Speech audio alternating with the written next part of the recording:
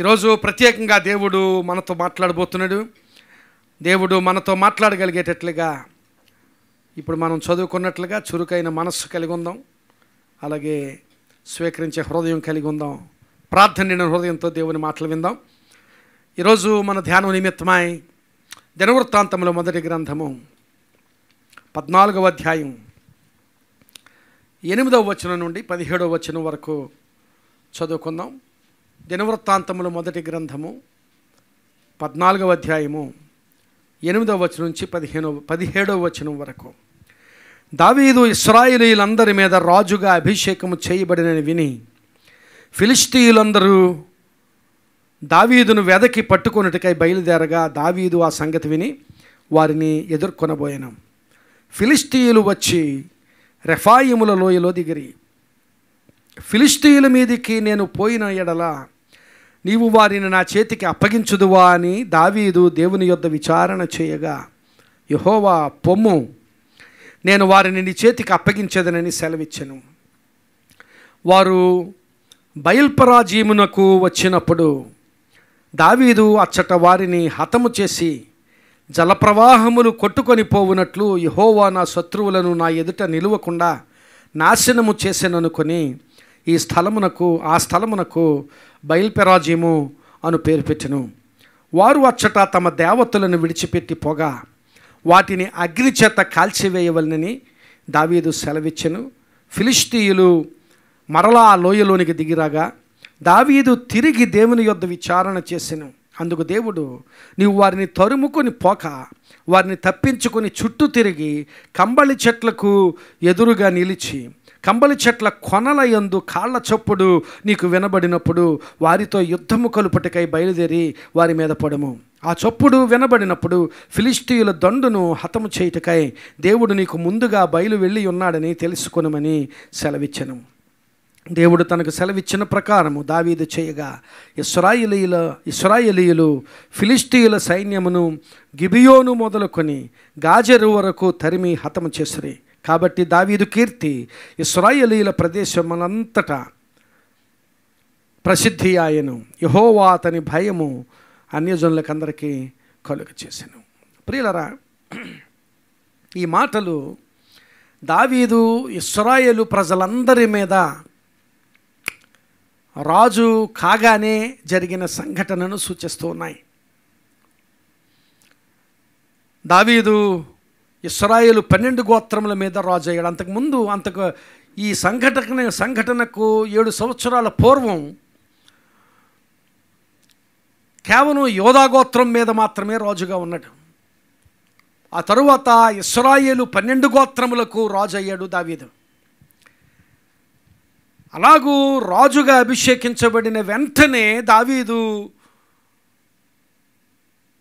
నాయకత్వంలో జరుగుతున్న సంఘటన, దావీదు రాజు అయిన వెంటనే, దావీదు అభిషేకించబడిన వెంటనే ఫిలిష్తీయులు దావీదు మీద యుద్ధానికి బయలుదేరారట. గమనించాలి, ఫిలిష్తీయులు దావీదు మీద యుద్ధానికి ఇలాగూ అభిషేకం పొందిన వెంటనే అక్కడ చూడండి, మొదటి వచనంలో ఇప్పుడు మనం చదువుకున్న వచనాల్లో మొదటి వచనంలో దావీదు ఇశ్రాయేలీయులందరి మీద రాజుగా అభిషేకము చేయబడినని విని ఫిలిష్తీయులందరూ దావీదును వెదకి పట్టుకున్నట్టుకై బయలుదేరగా. ఆ మాటలు గమనించాలి.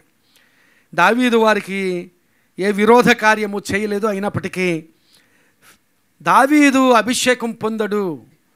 అభిషేకించబడ్డాడు రాజు అవ్వడానికి అని వినగానే ఫిలిష్తీయులు లేచారట. ఒక సేయింగ్ ఉంటుంది, with new levels comes new devils అన్నది. న్యూ లెవెల్స్ మనకు వచ్చినప్పుడట న్యూ డెవిల్స్ వస్తాయట మన జీవితాల్లోనికి. ఇప్పుడు చూడండి, దావీదు రాజు అయ్యాడు. రాజు అయిన వెంటనే ఆయన జీవితంలో ఒక వ్యతిరేకత ఎదుర్కొంటున్నాడు. ఆ వ్యతిరేకత ఆయన చేసిన కార్యాన్ని బట్టి కాదు. నేను అనుకుంటాను, దావీదుకు ఫిలిష్తీయులకు ఈ వ్యతిరేకత ఎప్పుడు స్టార్ట్ అయి ఉంటుందంటే, ఎప్పుడు మొదలై ఉంటుందంటే, దావీదు గొలియాతును చంపినప్పుడు దావీదు మీద ఫిలిష్తీయులకు ఒక దృష్టి పడింది. అంతకుముందు దావీదు ఎవరో ఫిలిష్తీయులకు తెలియదు.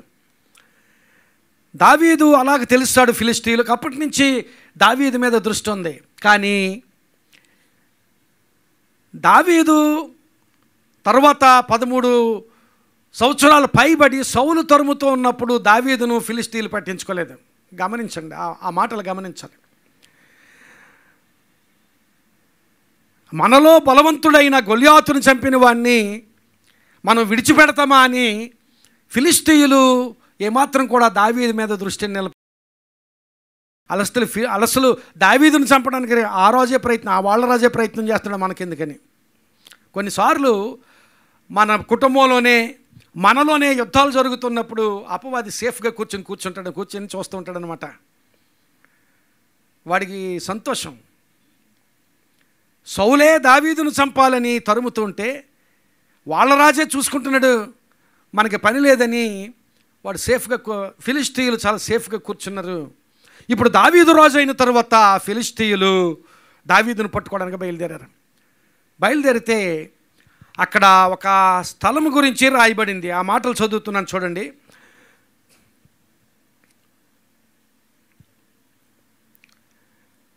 పదకొండవ వచనంలో వారు బయల్పెరాజీమునకు వచ్చినప్పుడు దావీదు అచ్చట వారిని హతము చేసి జలప్రవాహములు కొట్టుకొని పోవునట్లు యెహోవా నా శత్రువులను నా ఎదుట నిలవకుండా నాశనము చేసెను అనుకొని అక్కడ వారిని హతము చేసి వారిని జయించి ఫిలిష్తీయులను జయించి ఆ స్థలానికి ఆయన బయల్పెరాజీము అని పేరు పెట్టాడట. బయల్పెరాజీము అని పేరు పెట్టాడు. ఆ మాట అందరం ఒకసారి చెబుదామా? ఆ స్థలం పేరు ఒకసారి చెబుదాం. బయల్పెరాజీము. ఒకసారి అది డిస్ప్లే చేయమ్మా, చూస్తూ చెప్తారు. ఆ స్థలం పేరు బయల్పెరాజీము. చెప్పండి, బయల్పెరాజీము. మరొకసారి బయల్పెరాజీము. బయల్పెరాజీము అంటే గమనించాలి, ప్రవాహము కొట్టుకొని పోవుట. లేక ఇక్కడ ఈ సందర్భంలో ఆ పేరు ఎందుకు పెట్టాడంటే జలప్రవాహములు కొట్టుకొని పోవునట్లు శత్రువులను దేవుడు కొట్టుకొని పోయేటట్లుగా చేశాడు. శత్రువులు జలప్రవాహములు కొట్టుకొని పోయేటట్లుగా దేవుడు మన శత్రువులను కొట్టుకొని పోయేటట్లుగా చేశాడని చెప్పి అక్కడ బయల్పెరాజీము అని పేరు పెట్టాడు. బయల్పెరాజీము అనే మాటకు జలప్రవాహములు కొట్టుకొని పోవుట అని అర్థం. కానీ ఇక్కడ ప్రతికూలత కొట్టుకొని పోవుట. ఈ సందర్భంలో ప్రతికూలత కొట్టుకొని పోవుట. ఇది నాన్ని ప్రియులారా గమనించాలి. దావీదు జీవితంలో, దావీదు నాయకత్వంలో ఇశ్రాయేలు దేశం, ఇశ్రాయేలు జనాంగంలో ఆ అనుభవం చూస్తారు. ఏమిటంటే మా శత్రువులను దేవుడు జలప్రవాహములు కొట్టుకొని పోయినట్లుగా చేశాడు. మన జీవితాల్లో కూడా వ్యతిరేకతలు, మన జీవితాల్లో ప్రతికూలతలు గమనించాలి. ఇశ్రాయేలీయులకు ఫిలిష్తీయులు ఉన్నట్లుగా మన జీవితాల్లో కూడా ఎన్నో వ్యతిరేకతలు ఉండొచ్చు. అది మనుషుల రూపంలో కాకపోవచ్చు, పరిస్థితుల రూపంలో వ్యతిరేకత ఉండొచ్చు. కుటుంబాల్లో పరిస్థితుల గురించి, ఆర్థిక విషయాల్లో పరిస్థితుల గురించి, ఆరోగ్య విషయాల్లో పరిస్థితుల గురించి, బిడ్డల జీవితాల్లో పరిస్థితుల గురించి ఎన్నో వ్యతిరేకతలు, ఎన్నో ప్రతికూలతలు మన జీవితాల్లో మనం ఎదుర్కొంటూ ఉండొచ్చు. అలాంటి ప్రతికూలతలను మనం ఎదుర్కొంటున్నప్పుడు ఆ ప్రతికూలత తొలగిపోవాలంటే వాట్ షల్ వి డూ? ఆ ప్రతికూలత మన జీవితాల నుంచి తొలగిపోవాలంటే ఇక్కడ దావీదు అంటున్నాడు, నా శత్రువును, నా ప్రతికూలతను దేవుడు ప్రవాహములు కొట్టుకొని పోయేటట్లుగా చేశాడు.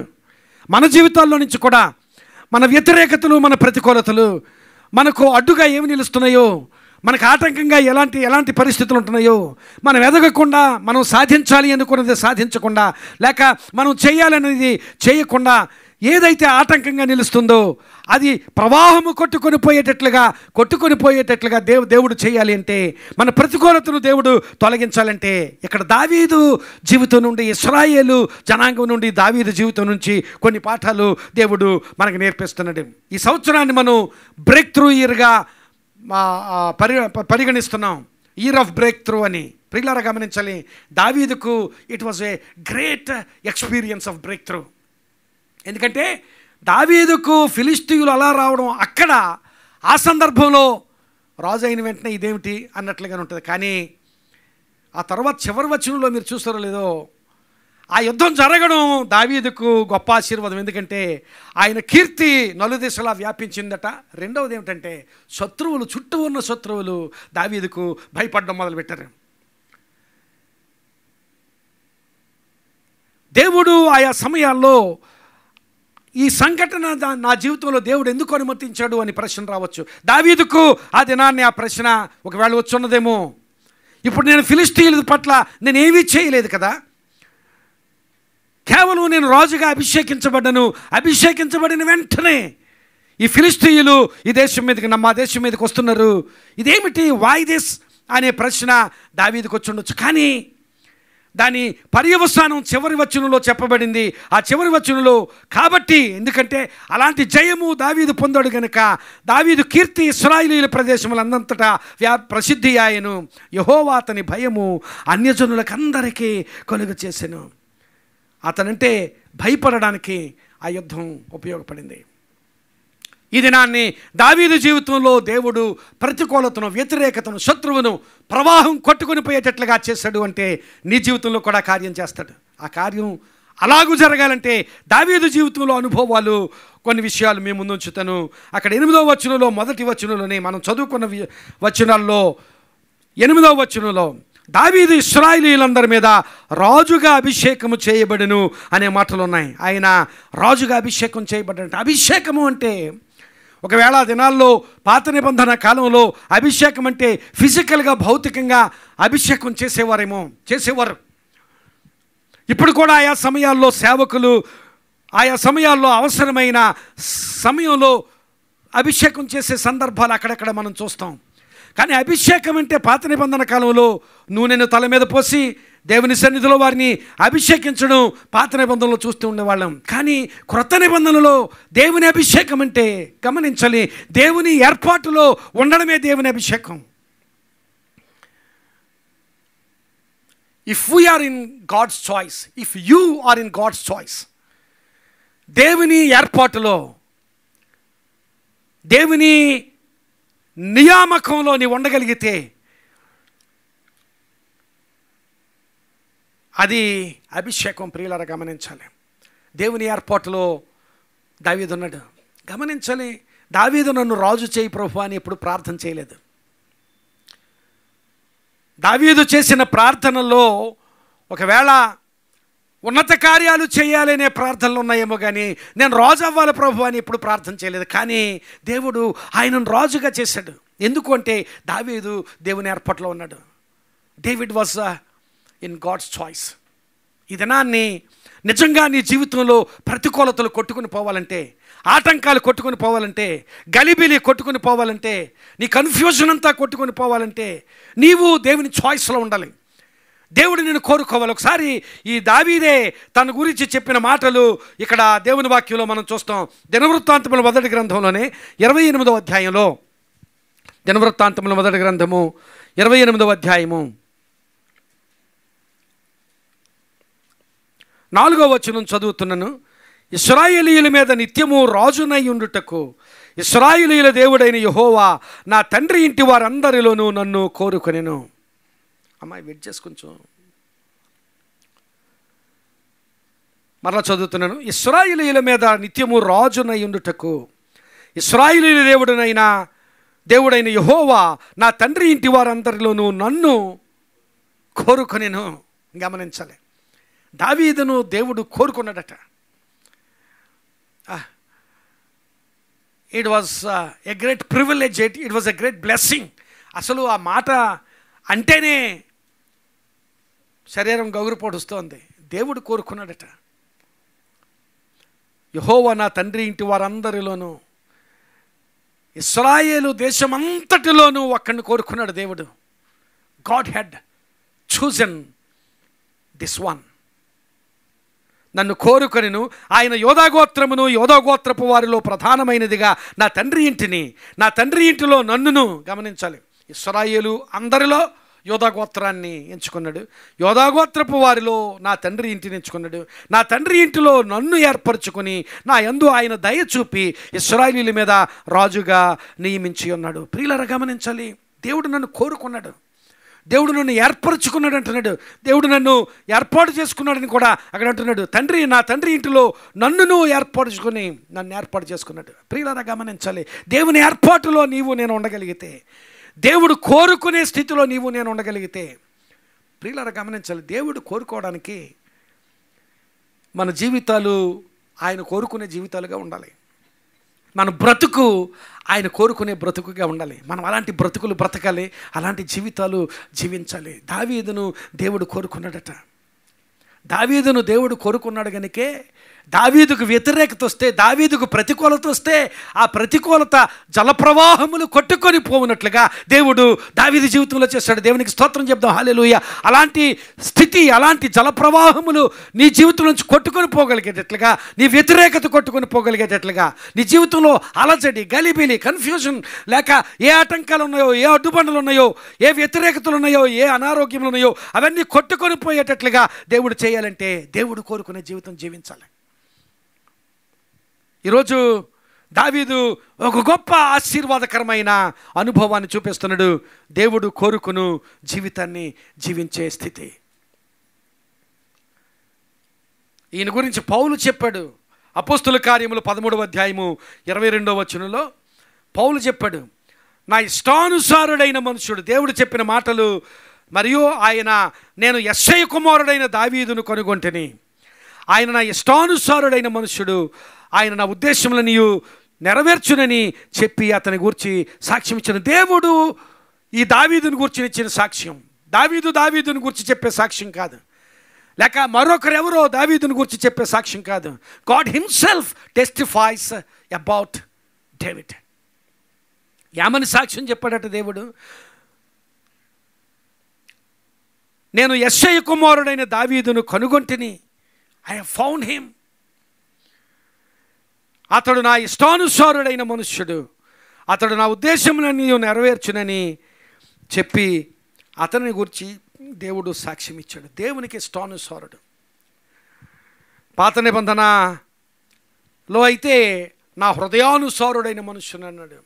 He's the man after my own heart. దేవుని ఇష్టానుసారుడు, దేవునికి ఇష్టంగా బ్రతికేవాడు, దేవుడు ఇష్టపడేవాడు. అందుకనే దేవుడు కోరుకున్నాడని చెప్పాడు మరొక వాక్య భాగంలో. దేవుడు కోరుకున్నాడు నన్ను, దేవుడు నన్ను ఏర్పాటు చేసుకున్నాడు. ప్రియులారా, ఈ ఉదయకాల సమయంలో దేవుడు కోరుకోగలిగే జీవితం నీకుంటే నీ ఆటంకాలన్నీ ప్రవాహములు కొట్టుకొని పోయేటట్లుగా దేవుడు చేస్తాడు. దేవుడు కోరుకోవాలి నిన్ను. అలాంటి బ్రతుకు బ్రతకాలి. వాక్యం తెలిసి వాక్య ప్రకారం బ్రతుకుతున్నానా? వాక్యం నిజంగా నేర్చుకుంటున్నాను, వాక్యం తెలుసు, వాక్యం జ్ఞానంలో ఉంది, కానీ హృదయంలో ఆ వాక్యానుసారమైన జీవిత స్థితి ఉందా? ఒకసారి పరిశీలన చేసుకుందాం. దేవుని ఇష్టానుసారుడు. ఇంకో మాట అంటున్నాడు, దేవుని ఉద్దేశములు నెరవేర్చేవాడట.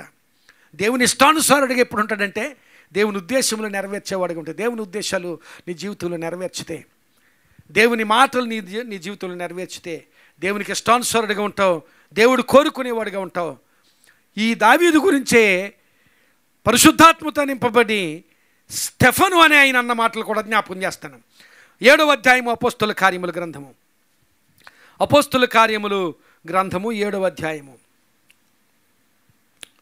46వ వచనంలో స్టెఫను పలికిన మాటలు చెప్తున్నాను.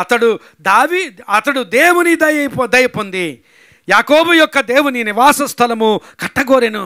అతడు దేవుని దయ పొంది, గమనించాలి, యాకోబు యొక్క దేవుని నివాస స్థలము కట్టగోరెను. గమనించాలి, దేవుని దయ పొందినవాడు. ఆ మాటలు దావీదుని గురించి ఆ ముందుకు వెళ్ళి చదివితే మీకు అర్థమవుతుంది. Stephen was talking about David. దేవుని దయ పొందినవాడు, దేవుని ఉద్దేశములు నెరవేర్చువాడు, దేవుని ఇష్టానుసారుడు, దేవుడు కోరుకున్నవాడు, దేవుడు ఏర్పరచుకున్నవాడు. ఆటంకాలు జలప్రవాహాలుగా కొట్టుకోకపోకుండా ఏమవుతుంది? ఇన్ని గొప్ప ఆశీర్వాదకరమైన అనుభవాలు దావీదు జీవితంలో ఉంటే, దేవుడు కోరుకున్నవాడు, దేవుని చిత్తాన్ని నెరవేర్చేవాడు, దేవునికి ఇష్టానుసారుడు, దేవుని దయ పొందినవాడు, దేవుని ఉద్దేశములు నెరవేర్చినవాడు. ప్రియులారా గమనించాలి, దేవుడు కోరుకున్నవాడు. నీ జీవితంలో ఒకవేళ ఏ ప్రతికూలత ఉన్నా, ఉంటాయి, ప్రతికూలతలు ఉంటాయి, వ్యతిరేకతలు ఉంటాయి, ఆటంకాలు ఉంటాయి. అలాంటివన్నీ నీ జీవితం నుంచి జల ప్రవాహముల వలె కొట్టుకొని పోవాలంటే దావీదు దేవుని ఏర్పాట్లో ఉన్నాడు. దేవుడు కోరుకున్నాడు దావీదుని. దేవుడు కోరుకునే జీవితాలు జీవించుదాం. ఈ మాటలు నీ హృదయాన్ని తాకాలి. దేవా, నీవు కోరుకునే జీవితం నేను జీవిస్తానని నిర్ణయం చేసుకుందాం. ఒకవేళ దేవుడు కోరుకునే జీవితంలో ఏదైనా లోటు నీ జీవితంలో ఉంటే ఈరోజు ఒక నిర్ణయం చేసుకో. దేవా, నీవు కోరుకునేటట్లుగా నేను బ్రతుకుతాను ప్రభువా, నీ ఉద్దేశాలు నెరవేర్చేటట్లుగా నేను బ్రతుకుతాను ప్రభువా, నీ దయను పొందగలిగేటట్లుగా నేను బ్రతుకుతాను. ఒక నిర్ణయం చేసుకుంటే దేవుడు నిన్ను కోరుకోగలిగే స్థితిలో నీవు ఉంటే దేవుడు తప్పక నీ జీవితంలో కార్యాలు చేస్తాడు. దేవుని అభిషేకం గమనించాలి. దేవుని అభిషేకం నీకుంటే, దేవుని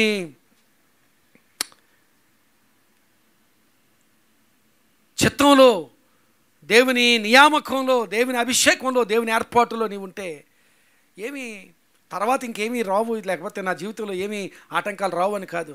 ఈయన గమనించండి, అభిషేకం పొందిన వెంటనే ఒక గొప్ప వ్యతిరేకత దావీదు జీవితంలో చోటు చేసుకుంది. ఒక భక్తుడు అన్నాడు, beyond every great battle there is a strong mantle అన్నాడు. Beyond every battle there is a strong mantle.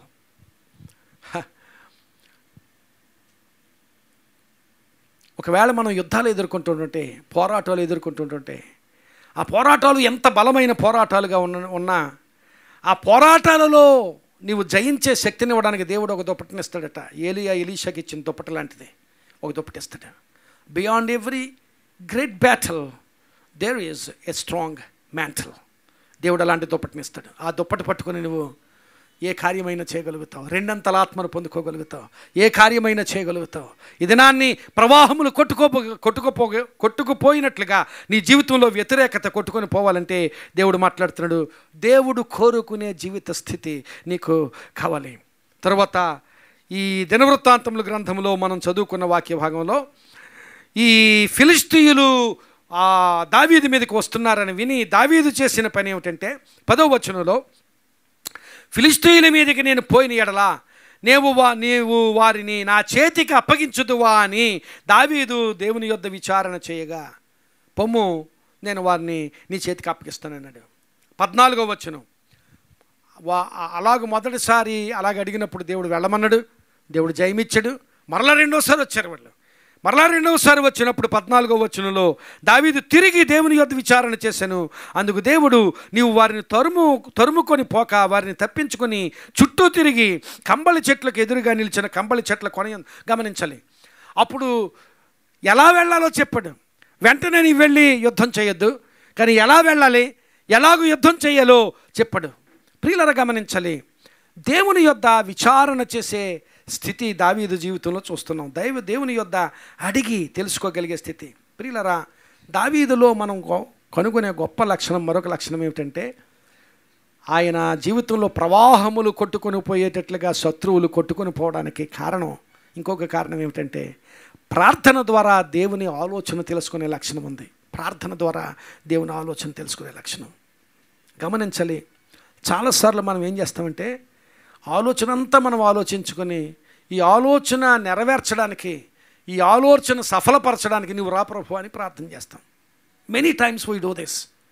కానీ అసలు వెళ్ళాలా వద్దా?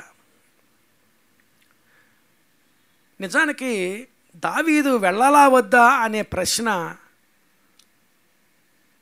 చాలా ఆలోచింపచేసే ప్రశ్న. అసలు యుద్ధానికి వాళ్ళు వస్తుంటే వెళ్ళాలా వద్దా అనే ప్రశ్న ఏమిటి? ఇంకొకటి ఏమిటంటే, దావీదుకి ఇంకొక ఆలోచన కూడా ఉండొచ్చు. అంతకు ముందు కాలంలో సౌలు ఆయన తరుముతున్నప్పుడు ఒకసారి ఈ ఫిలిష్తీయుల స్థలంలోకి వెళ్ళాడు. గెరారు అనే స్థలంలోకి వెళ్ళి అక్కడ ఆకీష్ అనే రాజు, ఆ గెరారుకు రాజుగా ఉన్న ఆకీష్ దగ్గర చేరి అక్కడ ఆశ్రయం పొందాడు. అర్థమవుతుంది కదా? ఒకానొక సమయంలో ఆయన ప్రమాదంలో ఉన్నప్పుడు, సౌలు ఆయన తరుముతున్నప్పుడు, ఇశ్రాయేలు దేశంలో ఉంటే ఇంకా సౌలు చేతిలో తప్పకుండా పడి నేను చనిపోతానేమో అని ఇశ్రాయేలు దేశం దాటి ఫిలిష్తీయుల భూమిలోనికి వచ్చి అక్కడ గెరారు అనే చోటుకి వెళ్తే అక్కడ ఆకీష్ అనే రాజు ఉన్నాడు.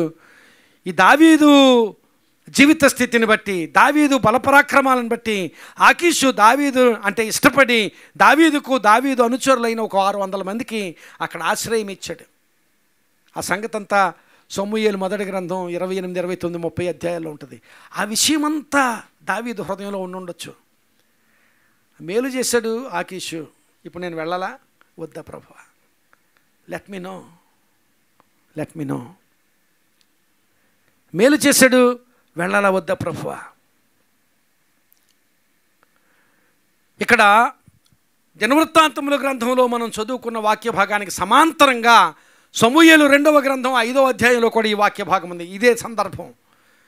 సమూయేలు 2వ గ్రంథంలో అక్కడ ఏమని రాయబడిందంటే, ఈ సందర్భంలో ఇప్పుడు మనం చదువుకున్న వాక్య భాగ సందర్భంలో అక్కడ ఏమని రాయబడిందంటే, సమూయేలు 2వ గ్రంథం 5వ అధ్యాయం 17వ వచనంలో,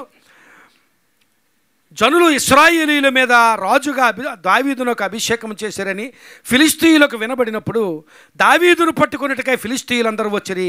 దావీదు ఆ వార్త విని ప్రాకార స్థలమునకు వెళ్ళిపోయాను. గమనించాలి, ఫిలిష్తీయులు వస్తారని విన్న వెంటనే దావీదు చేసిన పని ఏమిటంటే ప్రాకార స్థలమునకు వెళ్ళిపోయాడట.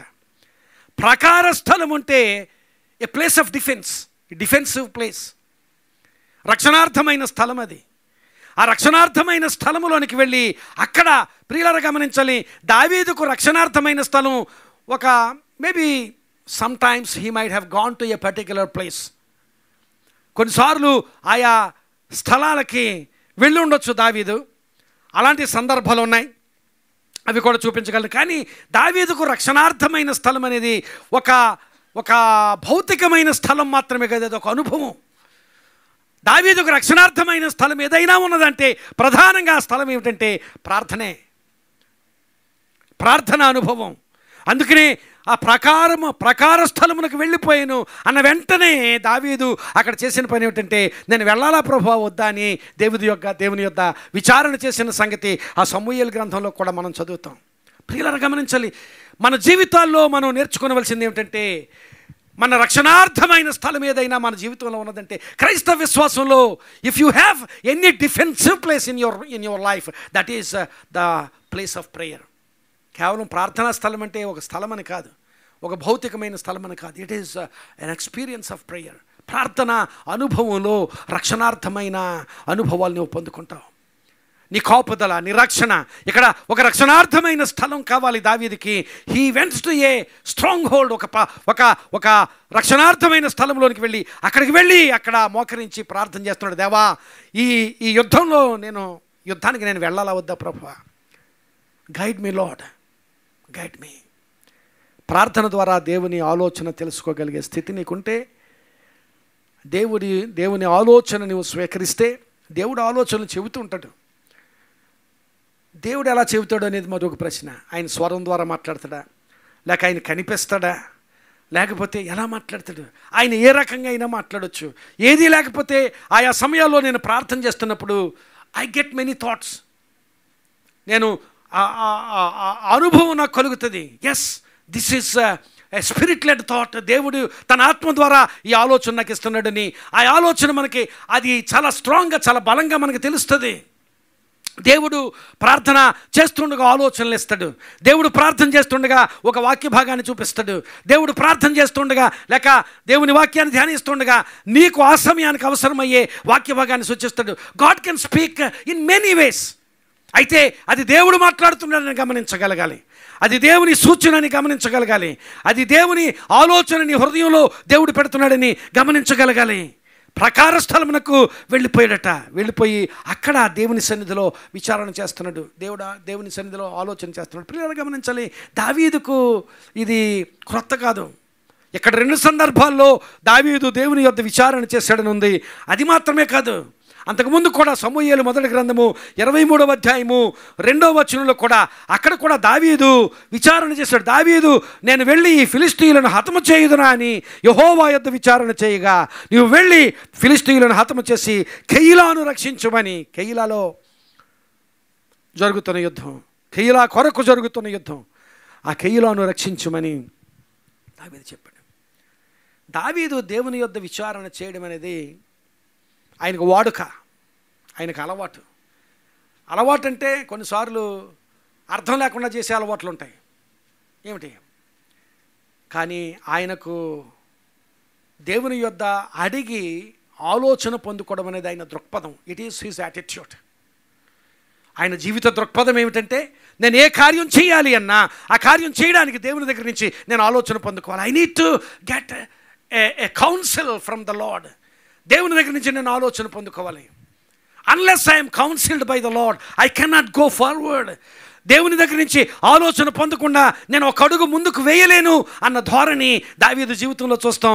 దేవుని యొద్ద విచారణ చేయడం అనేది ఆయన దృక్పథం, ఆయన అలవాటు. ఎందుకంటే దేవుని దగ్గర కనిపెడితే యెషయా భక్తుడు యెషయా గ్రంథంలో అంటాడు, ఆశ్చర్యకరమైన ఆలోచన శక్తిని, అధిక బుద్ధిని అనుగ్రహించువాడు ఆయనే.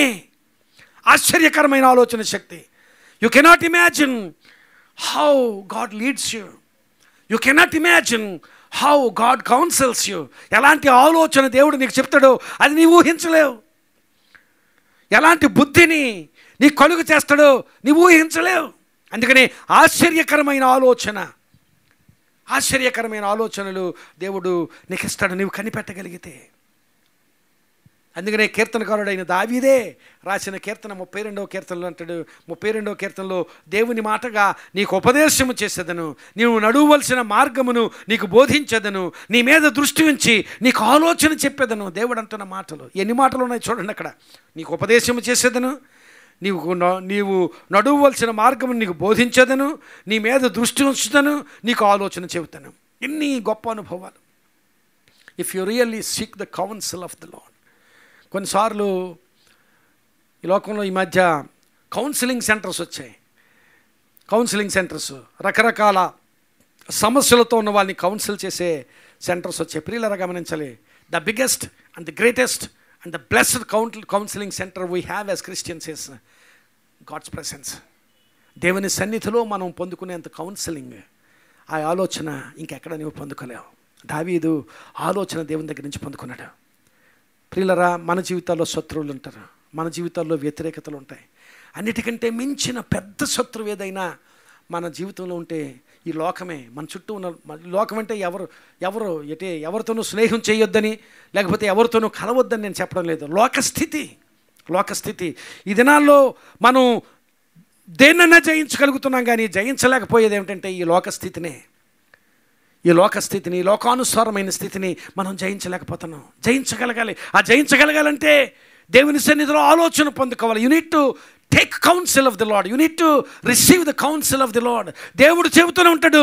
ఆ చెబుతూ ఉన్నప్పుడు ఆలోచన నువ్వు స్వీకరించగలగాలి. ఆ స్వీకరించగలిగితే దేవుని గొప్ప కార్యాలు నీవు చూస్తావు. లోకాన్ని జయించగలగాలి. రెండవ ప్రతికూలత లేక రెండవ పెద్ద శత్రువు మన జీవితాల్లో ఏమిటంటే మన శరీరమే. Your flesh is a big enemy. దేవుని సన్నిధిలో దేవుడు కోరుకునేటట్లుగా జీవించడానికి, దేవుని ఏర్పాటులో ఉండడానికి, దేవుని దయ పొందుకోవడానికి వ్యతిరేకమైన స్థితి మన జీవితాల్లో కలుగు చేసేది మన శరీరం నిగ్రహించుకోలేని స్థితి. అందుకనే పౌలు అంటాడు, నేను బోధించి నేనే భ్రష్టుడిని అయిపోకుండా ఉండే నిమిత్తం నా శరీరాన్ని నేను నలుగుగొట్టుకుంటున్నాను. I'm breaking my flesh. నా శరీరాన్ని నలుగుగొట్టుకుంటున్నాను. శరీరాన్ని ఇంకో మాటలో చెప్పాలంటే నా శరీరాన్ని నేను కంట్రోల్ చేసుకుంటున్నాను. You need to be controlled. You need to be in your control. దేవునికి అప్పగించుకుంటే, దేవుని ఆత్మకి నిన్ను నీవు అప్పగించుకుంటే, దేవునికి అప్పగించుకుంటే, యవనస్తులు చాలామంది ఉన్నారు, మీ శరీరాల్ని దేవునికి అప్పగించండి. You just commit your bodies into the hands of God. మీ శరీరాలను దేవునికి అప్పగించండి. ఒకవేళ దేవుని చిత్తానుసారంగా బ్రతకలేని స్థితి శరీరం వల్ల అవుతుంటే శరీరాన్ని దేవునికి అప్పగించండి. God can lead you. దేవా, ఇదిగో నా శరీరాన్ని నేను జయించలేకపోతున్నాను, ప్రార్థన చేయి, దేవుడు ఆలోచన ఇస్తాడు. తర్వాత మనం పోరాడినది శరీరులతో కాదు, అపవాదితో పోరాడుతున్నాం, అంధకార సంబంధమైన శక్తులతో పోరాడుతున్నాం. ప్రియులారా, ఈ శత్రువులన్నిటిని లేక ఈ వ్యతిరేకతలను, ఈ ప్రతికూలతను మనం జయించాలంటే దేవుని దగ్గర నుంచి ఆలోచన పొందుకోవాలి. ప్రార్థనలో ఆలోచన పొందుకోవాలి, వాక్యం ద్వారా ఆలోచన పొందుకోవాలి, దేవుడు మాట్లాడుతుండగా ఆలోచన పొందుకోవాలి. ఈరోజు అలాంటి స్థితి నాకు కావాలి ప్రభు అంటే దేవుడు తప్పకుండా నీతో మాట్లాడతాడు. God can speak you no matter who you are, no matter how you are. నువ్వు ఎలా ఉన్నావో అనేది దేవునికి అక్కర్లేదు. లేక నేను చాలా దేవునికి వ్యతిరేకమైన స్థితిలో ఉన్నాను అన్నప్పటికీ దేవుడు నీతో మాట్లాడతాడు. దేవుడు మాట్లాడగలిగే స్థితి లేక దేవుడు మాట్లాడగలిగే అట్లుగా దేవుని నీవు అనుమతిస్తే, if you permit God to speak in to your life, God is ready to speak to you. దేవుడు మాట్లాడతాడు, దేవుడు ఆలోచన చెబుతాడు, ఆలోచన స్వీకరించు. అపవాదిని లేక నీ జీవితంలో ఏ వ్యతిరేకత ఉన్నదో ఆ వ్యతిరేకత జల ప్రవాహము కొట్టుకుని పోయేటట్లుగా దేవుడు చేస్తాడు. 14-15 వచనాలు మూలవాక్యంలో చదువుతున్నాను. రెండవసారి ఫిలిష్తీయులు యుద్ధానికి వచ్చారని దావీదు వినినప్పుడు 14వ వచనంలో దావీదు తిరిగి దేవుని యొద్ద విచారణ చేసెను. దినవృత్తాంతములు 1వ గ్రంథము 14వ అధ్యాయము 14వ వచనం 15వ వచనం. దావీదు తిరిగి దేవుని యొద్ద విచారణ చేసెను. అందుకు దేవుడు, నీవు వారిని తరుముకొని పోక వారిని తప్పించుకొని చుట్టూ తిరిగి కంబళి చెట్లకు ఎదురుగా నిలిచి కంబళి చెట్ల కొనల యందు కాళ్ళ చప్పుడు నీకు వినబడినప్పుడు వారితో యుద్ధము కలుపుటకై బయలుదేరి వారి మీద పడుము. ఆ చప్పుడు వినబడినప్పుడు ఫిలిష్తీయుల దండును హతము చేయుటకై దేవుడు నీకు ముందుగా బయలు వెళ్ళి ఉన్నాడని తెలుసుకొనమని సెలవిచ్చాను. ఇక్కడ దేవుడు ఒక గొప్ప సూచన దావీదుకి ఇస్తున్నాడు. మొట్టమొదటిసారి యుద్ధానికి వెళ్ళమంటే వెళ్ళి యుద్ధానికి వెళ్ళు, డైరెక్ట్గా యుద్ధానికి వెళ్ళి వాళ్ళ మీద పడు, వాళ్ళతో పోరాడు, నీకు జయం వస్తుంది. ఇప్పుడు రెండవసారి ఒకవేళ ఫిలిష్తీయులు దావీదును మించిన ప్రణాళికలు వచ్చి ఉండొచ్చు. అది దావీదుకి తెలియదు, కానీ దేవునికి తెలుసు. ఇంతకుముందు వెళ్ళమన్నాడు కదా, ఇప్పుడు వద్దంటాడు దేవుడని వెళ్ళిపోలేదు దావీదు. మరలా దేవుని యొద్ద విచారణ చేశాను. మనం కొన్నిసార్లు అనుకుంటాం, ఇంతకుముందు వెళ్ళమంటే దేవుడు అది ఇంకా వన్స్ ఫర్ ఆల్ కౌన్సిలింగ్, అది దేవుడు ఒక్కసారే జీవితానికి సరిపడా కౌన్సిలింగ్ ఇచ్చేసాడు నాకు, ఇంక ప్రతిసారి వెళ్ళిపోవడమే అనుకుంటాం. వెళ్ళిపోతే అపజయానికి గురవుతాం. ప్రతిసారి దేవుని సన్నిధిలో అడుగుతున్నాడు, దేవా నేను వెళ్ళాలా వద్దా? దేవుడు మాట్లాడి చెప్పాడు, నువ్వు డైరెక్ట్గా వెళ్ళొద్దు, కానీ నువ్వు చుట్టూ తిరిగి ఎక్కడో వెనకకు వెళ్ళు. ఆ ఫిలిష్తీయులు ఎక్కడైతే నీకోసం కాచి ఉన్నారో వారి చుట్టూ తిరిగి వెనకకు వెళ్ళు, ఎదురుగా వెళ్ళొద్దు, చుట్టూ తిరిగి వెనకకు వెళ్ళు. అక్కడ చాలా కంబళి చెట్లు ఉన్నాయట, అక్కడ మల్బరీ ట్రీస్ అంటారు, కంబళి చెట్లు ఉన్నాయి. ఆ కంబళి చెట్లకు ఎదురుగా నిలిచి గమనించాలి. అక్కడ నీకు ఒక సూచన చూపిస్తాను. కంబళి చెట్ల కొనల యందు కాళ్ళ చప్పుడు నీకు వినబడినప్పుడు వారితో యుద్ధము కొలుపటికై బయలుదేరి వారి మీద పడము. ఆ చప్పుడు వినబడినప్పుడు ఫిలిష్తీయులు దండును హతము చేయటకై దేవుడు నీకు ముందుగా బయలు వెళ్ళి ఉన్నాడు అని తెలుసుకొనమని దావీదుతో చెప్పాను. ప్రియులారా గమనించాలి, దేవుడు సూచనలు ఇస్తాడు, మనం గ్రహించగలిగే సూచనలు. గమనించాలి, ఏమో ప్రభు అని వచ్చావో నాకు తెలియదు ప్రభు అన్నట్లుగా చేయడు దేవుడు. Definitely he gives signs to us which can be felt, which can be experienced, which can be understood. దేవుడిచ్చే సూచన మనకు మన అవగాహనకి మించినదిగా, మన తల మీద నుంచి పోయేదిగా ఉండదు. దేవుడిచ్చే సూచన ఎప్పుడు కూడా మనం అర్థం చేసుకునేటట్లుగా ఉంటుంది.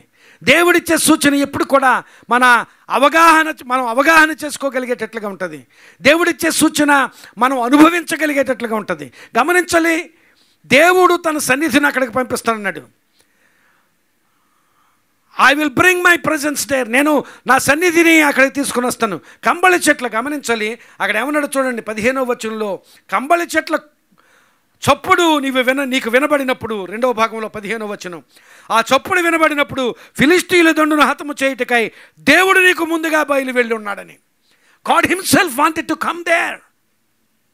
దేవుడే అక్కడికి వస్తానని, నేను వస్తాను, నేను వచ్చి నా రాక నీకు ఎలా తెలుస్తుందంటే, కంబళి చెట్ల కొనల మీద, కంబళి చెట్లు ఉన్నాయి, కంబళి చెట్ల కొనల మీద చప్పుడు వస్తుందట.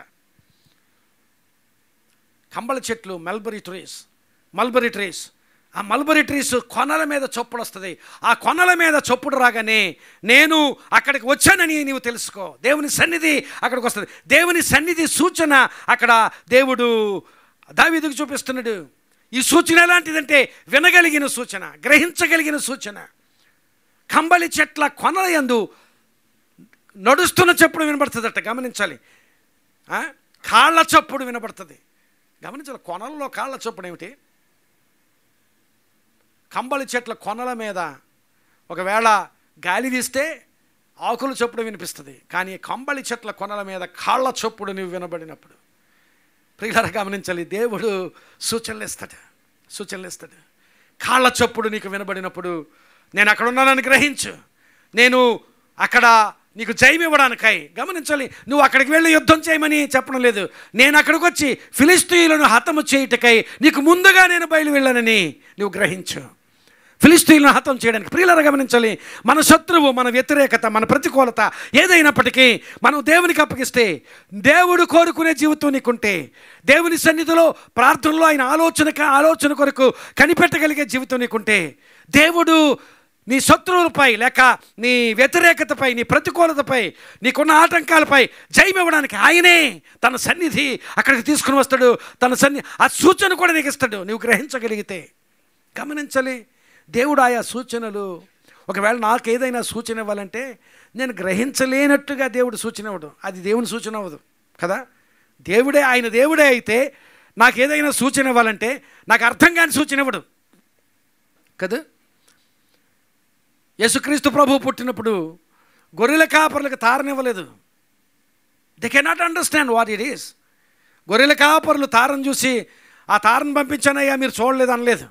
గొర్రెల కాపరికి అవసరమైనట్టుగా వాళ్ళకి పంపించాడు సందేశం, జ్ఞానులకు అవసరమైనట్టుగా జ్ఞానులకు పంపించాడు. ఎవరికి అర్థమయ్యేటట్టుగా వారితో ఆ సూచనలు.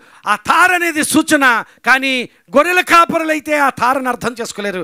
బట్ గొర్రెల కాపరులకు దూతను పంపించాడు, జ్ఞానులకు తారను పంపించాడు. ఆ సూచనలు మనం గ్రహించగలిగేటట్లుగా ప్రార్థనలో కనిపెడితే, ప్రార్థనలో దేవుని ఆలోచన కొరకు, ప్రార్థనలో దేవుని సలహా కొరకు నీవు కనిపెడితే దేవుడు సూచనల ద్వారా గొప్ప జయాన్ని ఇస్తాడు నీకు. అపోస్తుల కార్యం యేసుక్రీస్తు ప్రభు శిష్యులతో చెప్పాడు. అపోస్తుల కార్యంలో 1వ అధ్యాయం 4వ వచనంలో ఆయన దేవుని దగ్గరికి, తండ్రి దగ్గరికి ఆరోహణం అయిపోతూ ఆయన శిష్యులకు చెప్పాడు, మీరు వెళ్ళిపోవద్దు, మీరు మీ గ్రామాలకు వెళ్ళిపోవద్దు, యెరూషలేములో నిలిచి ఉండి కనిపెట్టండి, పరిశుద్ధాత్మని మీకోసం పంపిస్తాను, కనిపెట్టండి అన్నప్పుడు యెరూషలేములో ఉండమన్నాడు కనుక ఒకటి యెరూషలేం బజార్కి, ఒకటి యెరూషలేం సైట్ సీయింగ్కి వెళ్ళలేదు వీళ్ళు. గమనించాలి, ఆయన చెప్పాడు ఏమన్నాడు, యెరూషలేములో ఉండమన్నాడు. మన లాజిక్ మనకు ఉంటుంది కదా. మన లాజిక్ ఏమిటి, యెరూషలేములోనే ఉండమన్నాడు కనుక యెరూషలేం పొలిమేరలు దాటకుండా యెరూషలేం విసినిటీలో నేను ఉంటే సరిపోద్ది అనే లాజిక్. కానీ వీళ్ళందరూ 120 మంది అక్కడ, యేసు ప్రభు తల్లి మరి ఉంది, అలాగే శిష్యులు ఉన్నారు, అంటే అపోస్తలులు ఉన్నారు, ఇంకా చాలామంది అక్కడ చేరి ఆ మేడగదిలో చేరి వాళ్ళు ప్రార్థన చేస్తున్నారు 10 దినాలు. ఆయన 40వ దినాన్ని పునరుద్ధానుడైన తర్వాత 40 దినాలకు ఆయన ఆరోహణమైపోయాడు. ఆ తర్వాత 10 దినాలు ఆ మేడగదిలో ఉండి ప్రార్థన చేస్తూ ఉండగా ఆయన సూచన దయచేశాడు. 4వ వచనంలో కనిపెట్టమన్నాడు. 14వ వచనంలో 1వ అధ్యాయం అపోస్తుల కార్యములు 4వ వచనంలో కనిపెట్టమన్నాడు. 14వ వచనంలో వాళ్ళందరూ ప్రార్థన చేస్తూ ఉండడం చూస్తాం.